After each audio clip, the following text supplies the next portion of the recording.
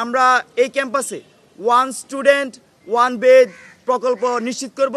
আমরা আশাবাদী এই আপনি দেখবেন যে রবীন্দ্র ভবনের মতো জগন্নাথ হলে, তারপরে শেখ মুজিবুর রহমান হলে জুলাই স্মৃতি ভবন, এরকম বড় বড় যদি বঙ্গবন্ধু ভবন, তারপরে আপনার সাকসেসের টাওয়ার আছে, এরকম যদি 5 থেকে 7টা বিল্ডিং ঢাকা বিশ্ববিদ্যালয়ের বিভিন্ন স্থানে উঠানো হয় আবাসিক সমস্যা নিরসনে, আমরা আশাবাদী 1 বছরের মধ্যে এটা সম্ভব। এবং ঢাকা বিশ্ববিদ্যালয়ের না, শুধু সারা দেশের আমার মনে হয় যে অর্ধেক প্রবলেম সমস্যার সমাধান হয়ে যাবে।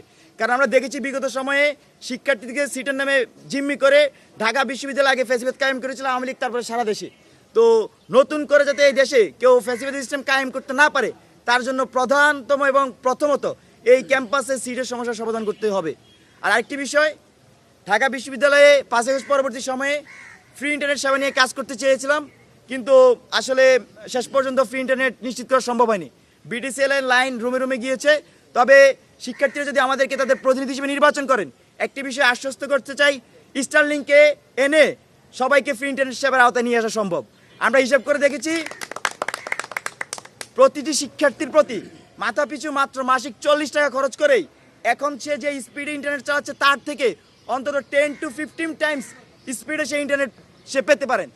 কিন্তু আর এই জিনিসটা আমরা স্পন্সর এনে বা বিশ্ববিদ্যালয় প্রশাসন থেকে এনে শিক্ষার্থীদের জন্য আশা করি অল্প কয়েকদিনের মধ্যে ফ্রি করে দেওয়া যাবে। এবং ঢাকা বিশ্ববিদ্যালয়ের শিক্ষার্থীরা তার একাডেমিক এলাকায় এবং তার আবাসিক এলাকায় ফ্রি ইন্টারনেট সেবা পাবেন যদি তারা আমাদেরকে তাদের প্রতিনিধি নির্বাচন করেন। আর আরেকটি বিষয়, সেটা হচ্ছে আমাদের মেয়েদের হলগুলোতে আপনারা জানেন যে 10টা লাস্ট টাইম, সেটা আমরা দাবি জানাচ্ছি সেটা যদি 11টা পর্যন্ত করা হয় রেগুলার, আর লেট গেট টাইম হচ্ছে 12টা পর্যন্ত করা যায়।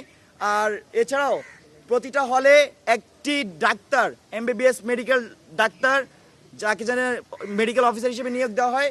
কারণ আমরা দেখেছি মেয়েদের হলগুলোতে বিশেষত নানা গাইনি জটিলতায় তারা ভোগেন। তো এই বিষয়গুলো আমাদেরকে যদি তারা প্রতিনিধি হিসেবে নির্বাচন করেন, আমরা সেগুলো নিশ্চিত করবো ইনশাল্লাহ।